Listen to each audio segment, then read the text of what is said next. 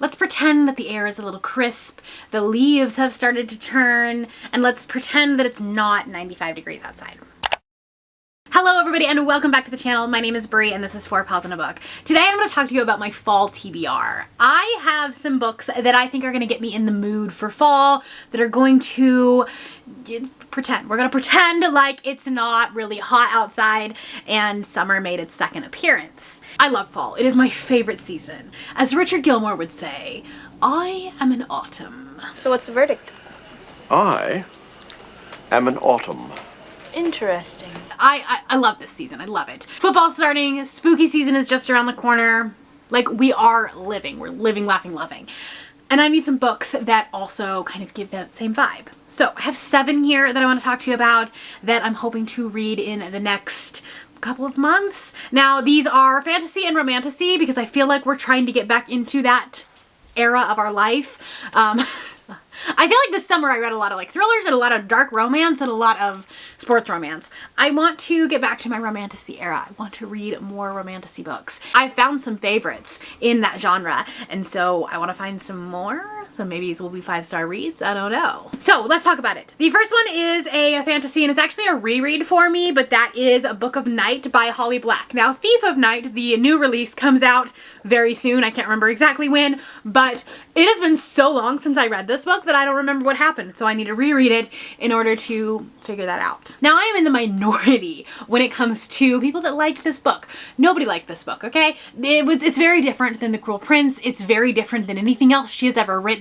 And so I think a lot of people were thrown off by that. But I really liked the kind of dark, gritty vibe of this book, and I want to reread it. I want to get back into this world and I want to read Thief of Night. So I guess technically we have like 8 books because I also want to read Thief of Night. Charlie Hall has never found a lock she couldn't pick, a book she couldn't steal, or a bad decision she wouldn't make. Relatable, queen. She spent half of her life working for Glomist, magicians who manipulate shadows to peer into locked rooms, strangle people in their beds, or worse. Glomist guard their secrets greedily, creating an underground economy of grimoires. And to rob their fellow magicians, they need Charlie. Now she's trying to distance herself from past mistakes, but going straight isn't easy.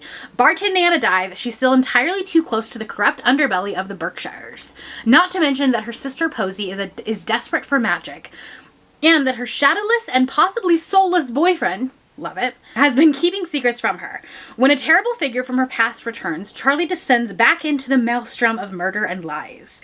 Determined to survive, she's up against a cast of doppelgangers, mercurial billionaires, Glomist, and the people she loves best in the world, all trying to steal a secret that will allow them to control the shadow world and more.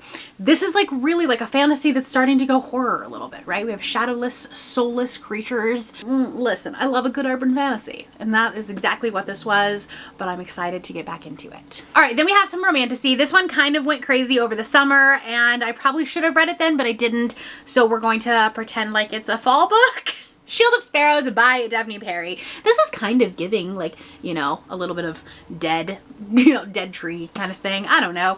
Being the sparrow isn't an honor, it's a trap. This book is gorgeous, and I've heard really, really good things about it. I think I'm going to love it. I think it's got my, like, my perfect brand of romantasy. It says, fear the monsters we make. If you're not terrified, you're doing it wrong. So we kind of have a little bit of a almost horror aspect to it, a little bit of like, you know, just a little bit off-putting, a little bit scary. Long ago, the gods unleashed monsters upon the 5 kingdoms of Kalandra to remind us that humans are insignificant, that we must pray to the gods for mercy throughout our fragile, fleeting lives. I didn't need a deity to remind me I was powerless. Being a princess has never been more than a performance. 23 years of empty titles and hollow traditions. My sister revels in the spectacle, basking in the attention, and flawlessly playing her part. I was never asked to be part of the charade. Until the day an infamous monster hunter sailed onto our shores. The day a prince walked into my father's throne room and ruined my life. The day I married a stranger, signed a magical treaty in blood, and set off across the continent to the most treacherous kingdom in all the realm. That was the day I learned that not all myths are make-believe, that lies and legends are often the same, and that the only way to kill the monsters we fear was to become one. I think I'm gonna love this book, honestly. Like, I think it's gonna be 5 stars. I think I'm gonna be obsessed with it. Let's see what happens. Okay, I have a lot of like dark academia in here. Some like, you know, romantasy with some gothic school, and I feel like that is very fall. So the first one up we have is Nocticadia by Carrie Lake. This is screaming spooky season romantasy, right? That's exactly what I want this season. This has been like really hyped all over Book Talk, and I'm excited about it. It actually just got traditionally picked up, which is super exciting. The dead teach the living. After watching my mother succumb to a mysterious illness, I promised myself 2 things. I'd find the cure for what ravaged her and leave the godforsaken city where she abandoned me. 4 years later, I received an acceptance letter to Dracadia University, one of the oldest, most prestigious schools in the country. Nestled on the secluded island of the coast of Maine, it's rumored to be haunted by the souls of the mental patients exiled there centuries before. Wow, okay. My camera thought I was talking too much and the battery died. It's fine.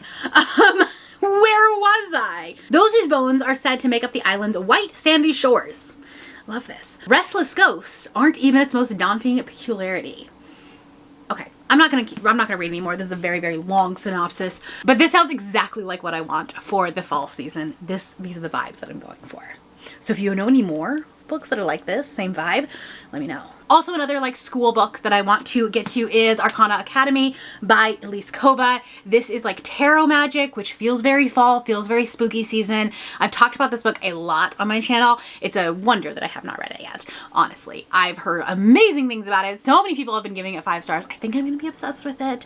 I have read from Elise Kova before. It hasn't been a favorite book of mine. I think I only gave it 3 stars, but I think this is going to be exactly what I want. It's kind of like a teacher-student relationship and tarot, like teacher-student relationship, which means like taboo plus tarot magic. It's gonna be a good time. It's gonna be a good time. And then not a romantasy, but still like a professor teacher like style mentorship.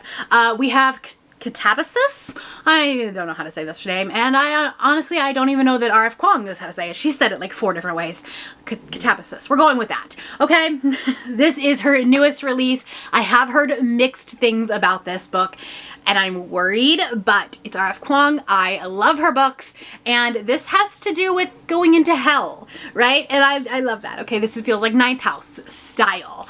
Also, this book is like heavy. It is a brick. Dante's Inferno meets Piranesi in a dark academia fantasy in which 2 graduate students must put aside their rivalry and journey to hell to save their professor's soul, perhaps at the cost of their own. I think that this is going to be good. I think it's definitely one that I'm going to have to like sit down and really think about, really like immerse myself in, but that's exactly what I want on like a cold, you know, rainy day, right? And that's what I'm kind of going with for the fall.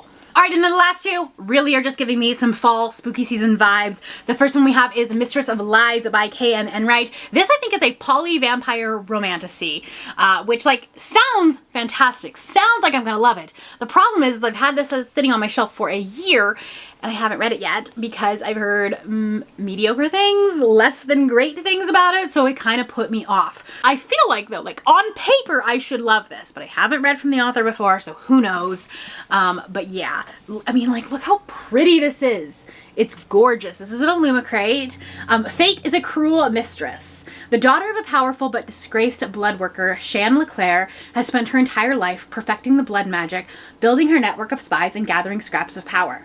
Now, to protect her brother, she assassinates their father, and it takes her place as the head of the family. And that is only the start of her revenge. Sounds fantastic, right? Mistress of Lies is a darkly seductive romantasy debut with a villainous, bloodthirsty heroine who finds herself plunged into the dangerous world of power, politics, and murder in the court of the Eternal King. This sounds, on paper, like I'm going to be obsessed with the book, and I really hope I am. I really hope I am.